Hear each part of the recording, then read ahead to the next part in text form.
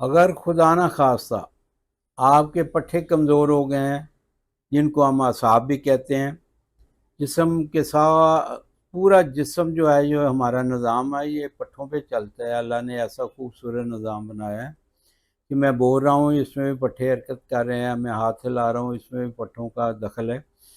تو وہ یہ اگر کمزور ہو جاتے ہیں تو ان میں دردیں ہوتی ہیں، آپ کے اعصاب کمزور ہو جائیں تو آپ کا جسم کمزور ہونا شروع ہو جاتا ہے، اور مختلف جگہوں پہ دردیں نکلتی ہیں۔ اور گھٹنوں کا درد یہ انسان کو چلنے پھرنے سے قاصر کر دیتا ہے، مشکل میں پیدا ہو جاتی ہے۔ تو اس کے لیے ایک مالش ہے، یہ آپ بنائیں اور اس کی مالش کریں لگاتار۔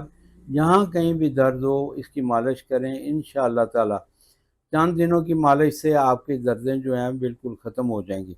لہسن 3 عدد، اجوائن 2 چمچ، تل 2 چمچ، لونگ 1 چمچ، اکر کرا 10 گرام اور زعفران 5 گرام اور روغن زیتون نصف کپ۔ ان سب چیزوں کو موٹا موٹا کوٹ کے روغن زیتون میں ڈال کے اس کو پکائیں کہ سب چیزیں جل جائیں۔